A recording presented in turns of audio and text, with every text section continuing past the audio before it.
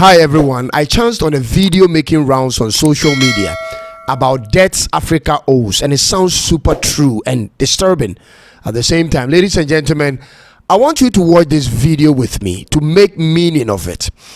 But before we do that, would you like to please subscribe and click on the notification bell to support this channel? Would you do that? Thank you so much. And now let's watch this video. What makes African and third world debt different from the American debt?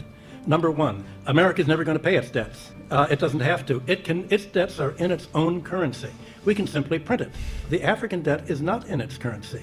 The African debt is in US dollars. Africa has to earn the US dollars, and the only way it can earn the US dollars is not to be assassinated for growing its own food and becoming independent and doing something that the United States does not like. The principle underlying the foundation of the World Bank is that no country should grow its own food. Africa and the third world should only grow export crops. To export, in order to have an oversupply of cocoa and other tropical raw materials, to keep down the price, they must buy their grain from the United States or Europe, so that if they do something that we don't like, we can sanction them. We can say, we're going to starve you. We're going to not export any grain to you. Wait, what?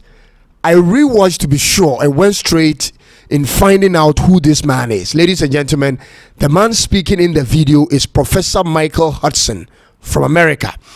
He's a professor of economics at the University of Missouri and a political consultant, a commentator, and a journalist.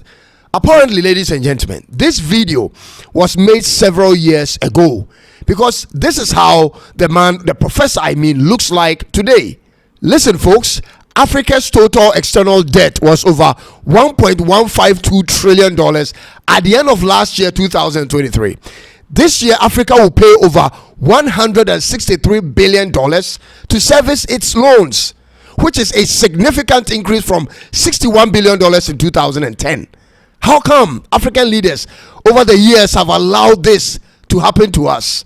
The professor literally said, our problem with debt is because of the currency it's owned in. Meaning that so long as we continue to borrow monies in the US dollars, we will have to continue chasing after the US dollars to pay off our loans. For a continent so endowed with resources, yet chasing after paper money when we actually sit on gold is stupidity. But he continues to say that because we owe debts to the West, we are restricted on what to produce. We are restricted to producing raw tropical produce to keep prices low for the West, whilst we depend on Western grains. This is, however, the part I'm struggling to understand. Take a look at Ukraine, which never colonized any country in Africa. So I'm asking you, did the West or Ukraine force us to not invest in wheat and depend on them? Or do we also owe Ukraine money? I'm trying to find out whether what the professor said is entirely true, or if African leaders have on their own not been interested in production and innovation.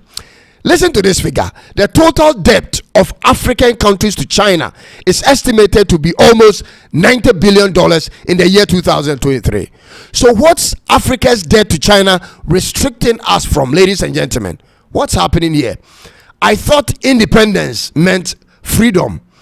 Why are African leaders always in a hurry to take our countries under another type of slavery? When will the continent have the type of leadership now in place in Mali, where they've settled all their debts? There's too much potential in Africa to be dependent on loans, ladies and gentlemen. On record, there's not a single country since the Second World War in the world, not a single country that has prospered or developed under the directives of any international monetary organization. There has not been one country that has developed from the directives of the IMF or the World Bank or on borrowing. So what makes African leaders think that that's the best route to pursue when value addition to our raw material can solve our problems? Per what the professor is saying, it's practically impossible for an African country in this type of system to ever develop, because a cycle will be created where you borrow, and you need more to finance your loans. So you restructure your first loan to borrow more, and eventually move to other places to borrow even more. And then you are restricted from doing the very things that can get you out of the problem. You've become a slave, ladies and gentlemen. Can you tell me one particular finished product from Africa that's sold in the West? I don't know, ladies and gentlemen. Educate me. We don't have our malls there selling finished products from Africa in the volumes they are selling here. We don't have our cars selling there. We don't have any electronics or finished jewelries selling there. The only things they take from us are our raw materials. Ladies and gentlemen, it's either because we've only had useless and dumb leadership in the past, or most of them were given to us by them to do their bidding. Every African man or woman, every young person must be interested in the politics of their country and the day-to-day events of their country, because all our impoverishment starts from who actually controls our countries and economies. Like, for instance, Ghana's outgoing president, before winning power, was preaching industrialization and value addition until he became president. The man simply became a friend of the West afterwards. Is it a similar situation in your country, ladies and gentlemen?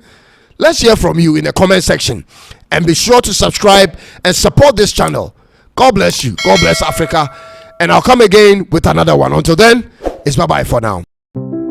Not so long ago, we turned to TV and newspapers for the latest news. But today, social media has become the main stage, shaping opinions, influencing elections, and redefining our democracies. Think about it. When was the last time you relied on TV to stay informed? Now, we get updates everywhere we go, at work, in the car, even as we unwind before bed. Social media is powerful, but with that power comes control. Algorithms and hidden filters decide what we see, affecting how we understand the world around us. And that's exactly why we created Trends Hub. Trends Hub is a next-generation microblogging and networking platform designed for genuine connection and free expression. Trends Hub doesn't impose algorithms or collect excessive personal data. Instead, it's a space where you decide what you see, based on the interests you choose. Fully cloud-based and accessible anywhere, Trends Hub gives you control over your feed, your privacy, and your conversations. It's more than just a platform. It's a community built on trust, transparency, and authentic engagement. Now, let's explore the 3 key components that come together to make Trends Hub the platform you've been waiting for. At the heart of Trends Hub, there are 3 powerful components that make your experience truly unique. First, we have blogging, but not the traditional way. With Trends Hub, you can share your thoughts, ideas, or stories with just a link. Simply post a link to your blog and it becomes part of your Trends Hub feed, making sharing and discovering content effortless. Next, we have private messaging, a feature that brings true connection. Forget the noise of public timelines. With private messaging, you can have personal, meaningful conversations without the distractions. It's all about building relationships on your terms. Then there's bits, short videos that bring your content to life. Whether you're sharing a quick thought or a creative spark, bits make it easy to express yourself and engage with others through video in a way that feels personal and real. And here's something that sets us apart even further. Read for Me, our AI-powered model that reads captions in any language.